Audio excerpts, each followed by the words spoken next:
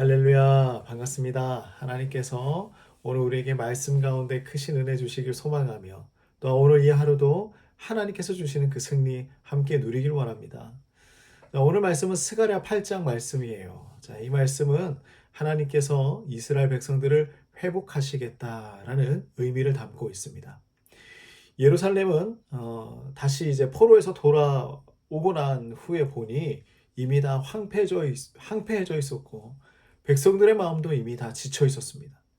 하나님은 그런 그들에게 다시 회복시켜 주겠다 약속하시죠. 자, 이 말씀이 단지 그 시대만을 위한 것은 아닙니다. 오늘날 우리가 이 땅을 살아감에 있어서도 가장 중요한 말씀이 될 것입니다. 자, 8장 2절 말씀을 함께 볼까요? 내가 시온을 위하여 크게 질투하며 그를 위하여 크게 분노함으로 질투하노라 라고 말씀하십니다. 우리는 흔히 생각하는 인간적인 그 질투, 그거와는 하나님의 질투와는 다른 것이죠. 그들을 지키기 위해서, 그들을 보호하시기 위해서 말씀하시는 강한 열정입니다.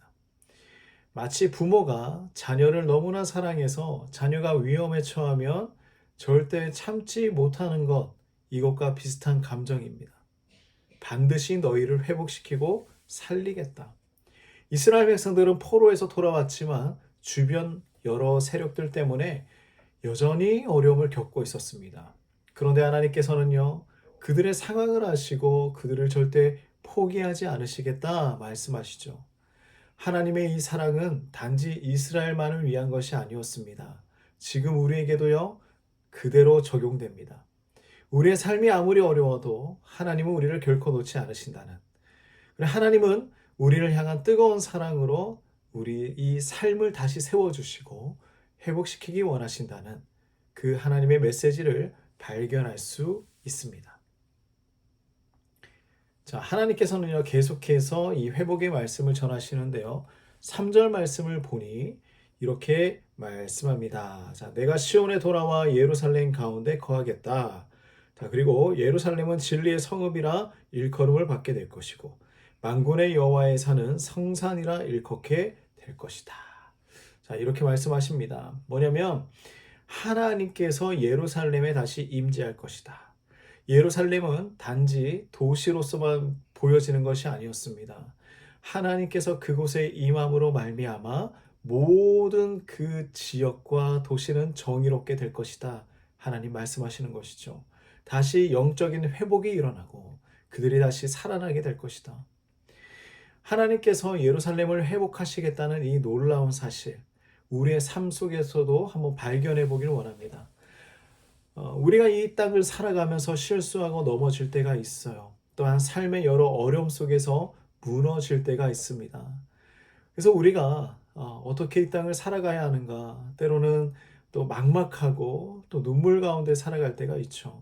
하지만 하나님은요, 그 무너진 곳에 새로운 기회를 주시고요, 우리를 다시 세워주십니다. 하나님의 회복은 단지 과거로부터 돌아오는 것 여기에서 끝나는 것이 아니라 앞으로 더 큰 계획을 가지시고 새로운 시작을 이루어 가시는 그러한 하나님이시라는 것이죠. 우리가 이 하나님을 신뢰하길 원합니다. 자, 우리 6절 말씀도 한번 볼까요? 만군의 여호와가 이같이 말하노라. 이 일이 그날에 남은 백성의 눈에는 기이하려니와 내 눈에야 어찌 기이하겠느냐? 만군의 여호와의 말이니라. 자, 당시 이스라엘 백성들은요, 예루살렘이 폐허가 된 모습을 보면서 아니 이것이 어떻게 다시 회복할 수 있겠어? 라는 생각을 했을 것입니다. 그들의 눈에는 그 회복이 불가능해 보였던 거예요. 그런데 하나님은 이렇게 말씀하십니다. 내 눈에는 그게 전혀 어려운 일이 아니다. 그렇죠. 우리가 바라보는 이 세상 가운데는 나의 눈으로 보았을 때는 해결되지 않는 것이 너무나 많아요. 그러나 하나님의 눈으로 보았을 때는 모두 다 해결되는 것뿐인 것이죠. 어려운 것이 아니다. 내가 이 문제를 과연 해결할 수 있을까라는 생각이 들 때가 있습니다. 하지만 우리는 기억해야 합니다.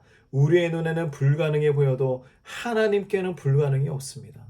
하나님은 그분의 약속을 변함없이 이루실 것이고 그분의 계획은 결코 실패하지 않을 것입니다. 우리는 그러한 하나님을 신뢰하며 나아가는 것이겠죠. 자, 8장 이제 후반절을 보면요. 16절 말씀을 보면 이렇게 말씀합니다.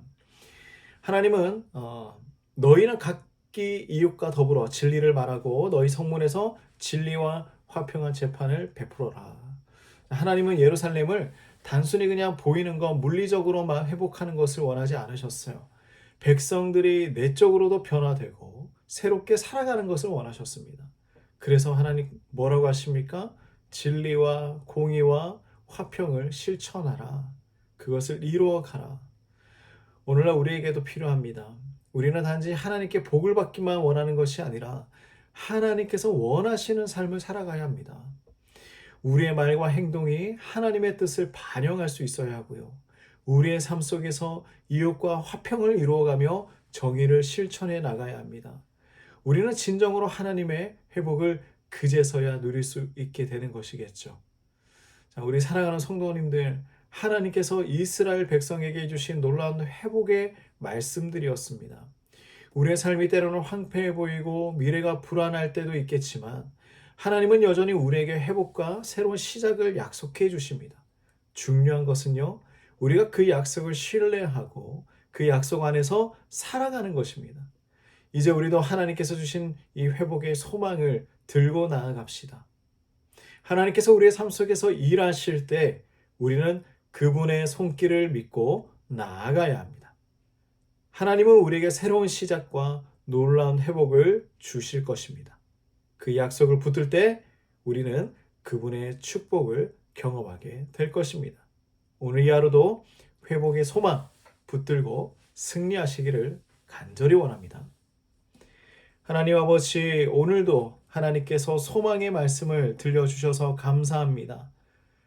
너무나 황폐하고 다 무너졌던 그 자리에서 다시 하나님 회복시키시고 세우시는 놀라운 역사를 보게 됩니다. 하나님, 우리의 삶 속에서도 하나님의 역사, 새롭게 하시는 역사, 새로 세워주시는 역사, 우리를 시작점에 다시 올려놓으시고 함께 동행하시며 인도하시는 그 하나님의 역사를 맛볼 수 있도록 도와주시옵소서. 오늘 하루도 하나님의 능력 믿습니다. 우리 삶 주관하여 주시옵소서. 예수님의 이름으로 기도드립니다. 아멘.